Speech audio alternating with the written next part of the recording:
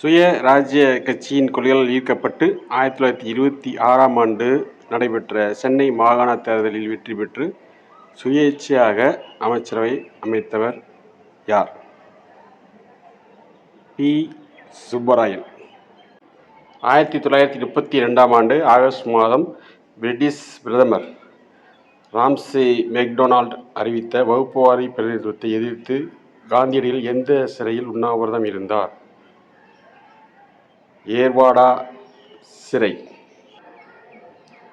1912ஆம் ஆண்டு மணியாச்சி ரயில் நிலையத்தில் ஆங்கிலேய ஆட்சியர் ஆஸ் துரையை சுட்டுக் கொன்றுவிட்டு தன்னைத்தானே சுட்டுக் கொண்டு வீரமரணம் அடைந்த விடுதலை போராட்ட வீரர் யார்? வாஞ்சிநாதன். 1940ஆம் ஆண்டு அக்டோபர் மாதம் மகாத்மா காந்தியடிகளால் தொடங்கப்பட்ட தனிநபர் சத்தியாகிரகத்தின் முதல் சத்தியாகிரகியாக தேர்ந்தெடுக்கப்பட்டவர் யார்? முதல் சத்தியாகிரகியாக தேர்ந்தெடுக்கப்பட்ட நபர் கீழ்கண்டவற்றுள் யார் என தெரிகிறதா? அவர்தான் வினோபா பாவே. 1887ஆம் ஆண்டு சென்னையில் நடைபெற்ற இந்திய தேசிய காங்கிரசின் 3வது மாநாட்டிற்கு தலைமை தாங்கிய முதல் முஸ்லிம் தலைவர் யார்? கீழ்கண்ட முஸ்லிம் தலைவர்களில் யார் 3வது மாநாட்டிற்கு தலைமை தாங்கிய முதல் முஸ்லிம் தலைவர்? பத்ருதீன் தியாப்ஜி என்பவர்தான். 1938 மற்றும் 1939 ஆகிய 2 ஆண்டுகளிலும் தொடர்ந்து இந்திய தேசிய காங்கிரசின் தலைவராக தேர்ந்தெடுக்கப்பட்டவர் யார்? ஜவஹர்லால் நேரு, சுபாஷ் சந்திர போஸ், பட்டாபி சீதாராமையா, ராஜேந்திர பிரசாத். விடை தெரியவில்லை. சுபாஷ் சந்திர போஸ் 2 முறை தொடர்ச்சியாக தேர்ந்தெடுக்கப்பட்டவர். விடுதலை போராட்ட வீரர் சுப்பிரமணிய சிவா மற்றும் வ.உ.சி. தர்மன் ஆகியோரால் 1908ஆம் ஆண்டு திருநெல்வேலியில் தொடங்கப்பட்ட அமைப்பின் பெயர் என்ன? 1908ஆம் ஆண்டு திருநெல்வேலியில் தொடங்கப்பட்ட அமைப்பின் பெயர். விடுதலை போராட்ட வீரர் சுப்பிரமணிய சிவாவும் வ.உ.சி. தர்மனும் சேர்ந்து தொடங்கிய அமைப்பு தேசாபிமானி சங்கம். 1919ஆம் ஆண்டு பிரிட்டிஷ் அரசு கொண்டு வந்த ரவுலட் சட்டத்தை காந்தியடிகள் எவ்வாறு வர்ணித்தார்? 1919ஆம் ஆண்டு பிரிட்டிஷ் அரசு கொண்டு வந்த ரவுலட் சட்டத்தை காந்தியடிகள் எவ்வாறு வர்ணித்தார்? கருப்பு சட்டம் என அதை வர்ணித்தார். 1942ஆம் ஆண்டு பிரிட்டிஷ் அரசால் அனுப்பப்பட்ட கிரிப்ஸ் தூதுக்குழுவை திவாலாகி கொண்டிருக்கும் வங்கியின் மின் தேதியிட்ட காசோலை என வர்ணித்தவர் யார்? மகாத்மா காந்தி. 1911ஆம் ஆண்டு டெல்லி தர்பாரில் வங்கப்பிரிவினை ரத்து செய்வதாக அறிவித்த பிரிட்டிஷ் வைஸ்ராய் யார்? 1911ஆம் ஆண்டு டெல்லி தர்பாரில் வங்கப்பிரிவினையை ரத்து செய்வதாக அறிவித்த பிரிட்டிஷ் வைஸ்ராய் யார்? 2ஆம் ஹார்டின்ஸ் பிரபு. சுதந்திர போராட்ட காலத்தில் பாம்பே குரோனிக்கிள் என்ற ஆங்கில நாளிதழை தொடங்கி நடத்திய மிதவாத தலைவர் யார்? சுதந்திர போராட்ட காலத்தில் பாம்பே குரோனிக்கிள் என்ற ஆங்கில நாளிதழை தொடங்கி நடத்திய மிதவாத தலைவர் யார்? ஃபெரோசா மேத்தா. 1924ஆம் ஆண்டு கேரளாவில் நடைபெற்ற தீண்டாமைக்கு எதிரான வைக்கம் சத்தியாகிரக போராட்டத்தில் பங்கேற்று அதனை முன்னெடுத்து சென்று வெற்றி பெறச் செய்த தமிழக தலைவர் யார்? தந்தை பெரியார். 1913ஆம் ஆண்டு அமெரிக்காவின் சான் பிரான்சிஸ்கோ நகரில் லாலா ஹர்தயால் என்பவரால் தொடங்கப்பட்ட தீவிர போக்குடைய கதர் கட்சி என்ற சொல்லின் பொருள் என்ன? கதர் கட்சி, அதாவது கதர் பார்ட்டின்னு சொல்லுவாங்க. அது புரட்சி கழகம். 1904ஆம் ஆண்டு நீலகண்ட பிரம்மாச்சாரி மற்றும் சிலரால் தொடங்கப்பட்ட வாஞ்சிநாதன் உறுப்பினராக இருந்து பாரத மாதா சங்கம் என்ற இரகசிய அமைப்பு எங்கு தோற்றுவிக்கப்பட்டது? சென்னையில் தோற்றுவிக்கப்பட்டது. 1928ஆம் ஆண்டு நேரு அறிக்கை, அதாவது நேரு ரிப்போர்ட் தயாரித்த குழுவிற்கு தலைமை தாங்கியவர் யார்? 1928ஆம் ஆண்டு நேரு அறிக்கை, அதாவது நேரு ரிப்போர்ட் தயாரித்த குழுவிற்கு தலைமை தாங்கியவர் யார்? மோதிலால் நேரு.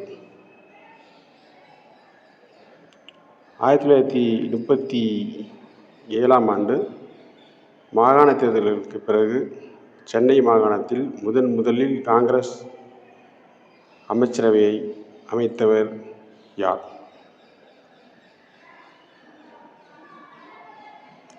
சி. ராஜகோபாலாச்சாரி, அதாவது ராஜாஜி. காந்தியடிகள் தனது முதல் நாடு தழுவிய சத்தியாகிரக போராட்டத்தை எந்த சட்டத்திற்கு எதிராக தொடங்கினார்? காந்தியடிகள் தனது முதல் நாடு தழுவிய சத்தியாகிரக போராட்டத்தை எந்த சட்டத்திற்கு எதிராக தொடங்கினார்? ரவுலட் சட்டம், ரவுலட் டாக்டர் ரவுலட் சட்டம். 1857ஆம் ஆண்டு பெரும் புரட்சியின் போது டெல்லியில் புரட்சியாளர்களின் பெயரளவு தலைவராக இருந்த கடைசி முகலாய பேரரசர் யார்? இரண்டாம் பகதூர் ஷா. 1916ஆம் ஆண்டு நடைபெற்ற வரலாற்று சிறப்புமிக்க எந்த காங்கிரஸ் மாநாட்டில் மிதவாதிகளும் தீவிரவாதிகளும் மீண்டும் இணைந்தனர்? 1916ஆம் ஆண்டு நடைபெற்ற வரலாற்று சிறப்புமிக்க எந்த காங்கிரஸ் மாநாட்டில் மிதவாதிகளும் தீவிரவாதிகளும் மீண்டும் இணைந்தனர்? லக்னோ மாநாடு.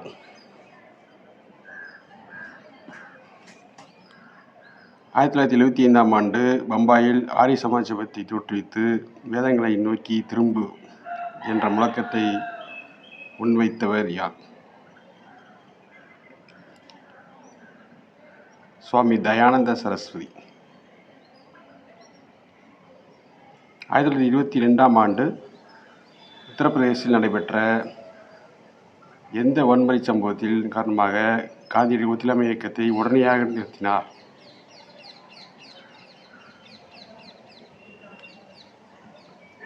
சௌரி சௌரா சம்பவம்.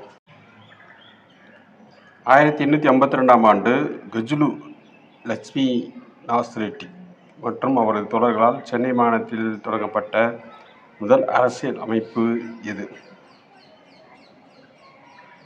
சென்னை வாசிகள் சங்கம், it is Madras native association. British இந்தியாவின் வறுமை மற்றும் பிரிட்டிஷ் தன்மையற்ற ஆட்சி என்ற புகழ்பெற்ற நூலை இந்தியாவின் முதுபெரும் மனிதர் யார்? இந்த நூலை எழுதிய இந்தியாவின் முதுபெரும் மனிதர் யார்? தாதாபாய் நவ்ரோஜி. 1918ஆம் ஆண்டு அகமதாபாத் துணி ஆலை தொழிலாளர்கள் போராட்டத்தின் போது காந்தியடிகள் முதலில் எதனை ஒரு ஆயுதமாக பயன்படுத்தினார்?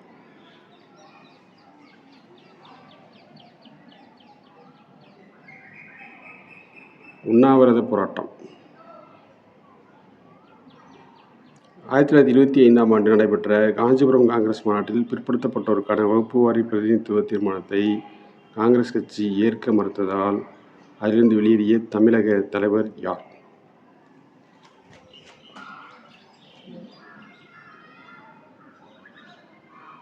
தந்தை பெரியார்.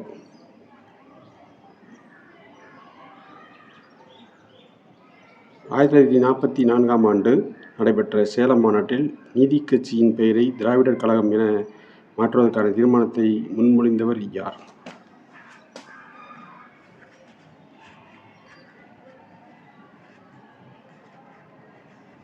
பேரறிஞர் அண்ணா.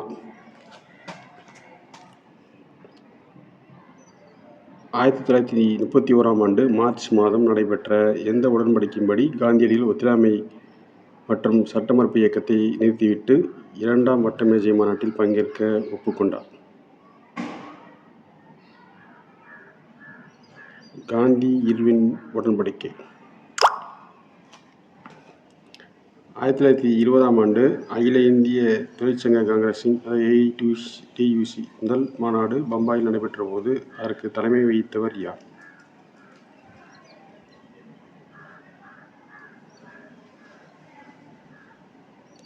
லாலா லஜபதி ராய். 1940ஆம் ஆண்டு ஆகஸ்ட் கொடையை ஆகஸ்ட் ஆஃபர் அறிவித்த பிரிட்டிஷ் இந்திய வைஸ்ராய் யார்? 1940ஆம் ஆண்டு ஆகஸ்ட் கொடையை ஆகஸ்ட் ஆஃபர் அறிவித்த பிரிட்டிஷ் இந்திய வைஸ்ராய் யார்? லின்லித்கோ பிரபு. 1929ஆம் ஆண்டு அக்டோபர் 31 தீபாவளி பிரகடனத்தை வெளியிட்ட வைஸ்ராய் யார்?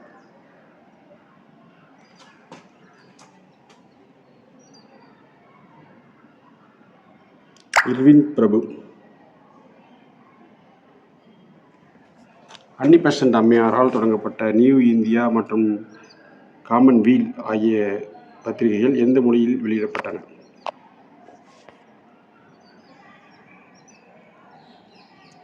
நியூ இந்தியா மற்றும் காமன்வீல் எந்த மொழியில் வெளியிடப்பட்டன? ஆங்கிலம். 1918 பிராமணர் அல்லாத மாணவர்களுக்காக சென்னையில் திராவிட சங்க விடுதியை நிறுவியவர் யார்? 1918 பிராமணர் அல்லாத மாணவர்களுக்காக சென்னையில் திராவிட சங்க விடுதியை நிறுவியவர் யார்?